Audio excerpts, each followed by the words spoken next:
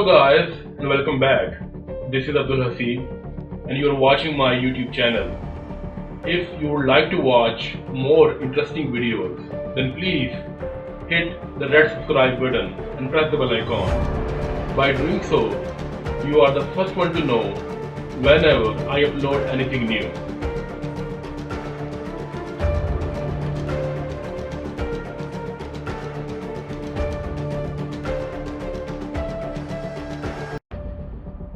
The Chevron Richmond refinery lies approximately 10 miles northeast of San Francisco. The 2,900-acre facility was initially established in 1902 and primarily makes transportation fuels such as gasoline and diesel as well as lube oils. The refinery can process up to 25,000 barrels of crude oil per day. The first step of the refining process takes place in the crude unit, where crude oil is cleaned and heated before entering the distillation tower. Inside the tower, the crude oil is boiled. The vapor then condenses into various liquid hydrocarbon fractions or streams, including jet fuel, diesel, and gas oil. The different streams exit the distillation tower through separate pipes or side cuts that lead to other sections of the refinery. On August 6, 2012, the crude unit was operating normally. Around 3:50 that afternoon, an operator was performing a routine check when he noticed a small puddle on the ground near the distillation tower. The liquid appeared to be dripping from an 8-inch insulated pipe 14 feet overhead. The leaking pipe was a section of the tower's number 4 side cut line, which operated at a temperature of 640 degrees Fahrenheit and contained light gas oil, a combustible liquid similar to diesel fuel. Chevron inspectors knew that over the years the walls of the number 4 side cut had thinned due to corrosion, but they did not realize how close this particular segment was to failure. There was no shut-off valve between the pipe and the distillation tower and no way to isolate the leak. The head operator was called to the scene. Although he believed the situation was serious, he did not believe the small leak warranted immediately shutting down the unit and stopping the production.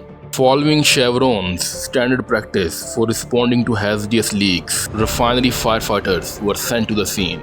A number of managers, engineers, and technicians gathered there informally to assess the problem. The group discussed a recommendation from an operator to shut down the unit, but they decided to first try to pinpoint the leak by removing insulation from the pipe while the crude unit was still running. They hoped they could stop the leak with a temporary metal fitting known as clamp. A Chevron firefighter tried using a pike pole to hook and pull away the insulation, but this poking action was deemed too dangerous because it was moving the pipe. The investigators found that the tip of the pike likely caused a small puncture in the already thin pipe. As the unit continued to operate, workers assembled scaffolding directly beneath the leaking pipe. 2 firefighters then used a hook to remove the insulation from the pipe. As they were working, hydrocarbon vapor began to flow out from underneath the insulation. The 2 firefighters backed away from the growing vapor cloud. As the hot vapor mixed with air, it ignited. That fire was quickly put out and the 2 firefighters immediately climbed down off the scaffolding, but the exact location of the leak was still obscured by the remaining insulation and firefighting water. So the Chevron firefighters attempted to strip the insulation off the pipe with high pressure water, but the leak suddenly worsened and hot hydrocarbon liquid started to spray out of the pipe. A decision was finally made to begin an emergency shutdown of the crude unit, but it was too late. Suddenly, the pipe ripped open, a vapor cloud formed and rapidly expanded as a large inventory of hydrocarbons in the distillation tower started to vent through the ruptured pipe. The vapor cloud immediately spread over hundreds of feet, engulfing all 19 people who had gathered nearby. The firefighters and operators struggled to escape through the dense hydrocarbon cloud. Unable to see, they had to feel their way out. some on their hands and knees. At approximately 6:30 p.m., 2 minutes after the huge vapor. At approximately 6:30 p.m., 2 minutes after the huge vapor cloud formed, the hydrocarbons ignited. One firefighter was trapped inside a fire engine. When it was suddenly engulfed in flames, he radioed for help.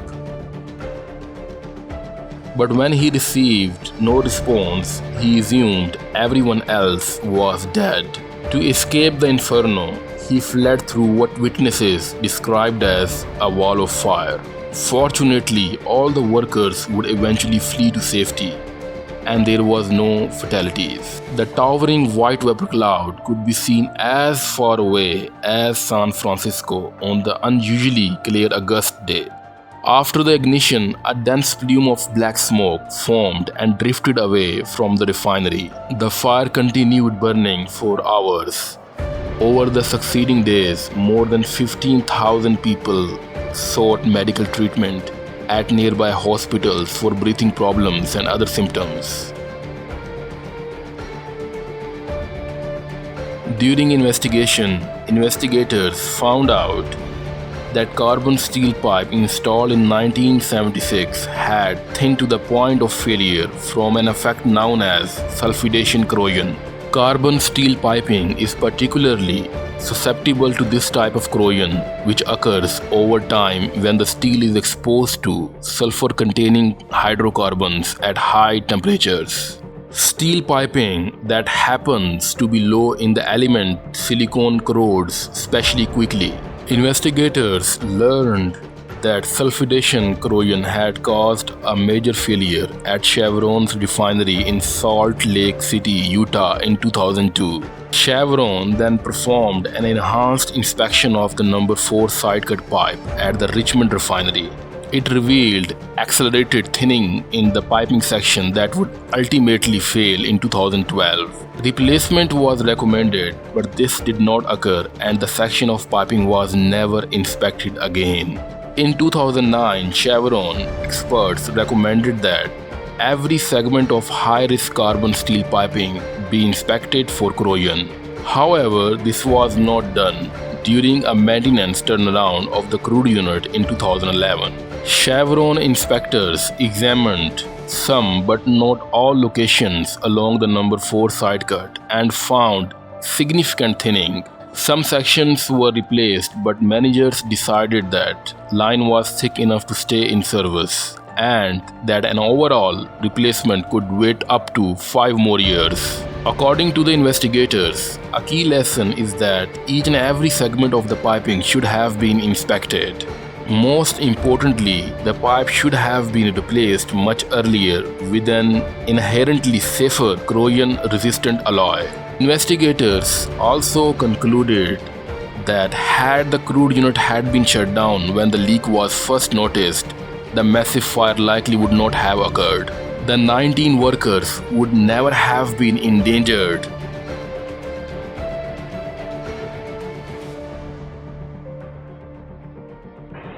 Thank you for watching my video, and if you are interested to watch more educational and learning videos, then please hit the red subscribe button and press the bell icon and mention in the comment section regarding your views and your thoughts.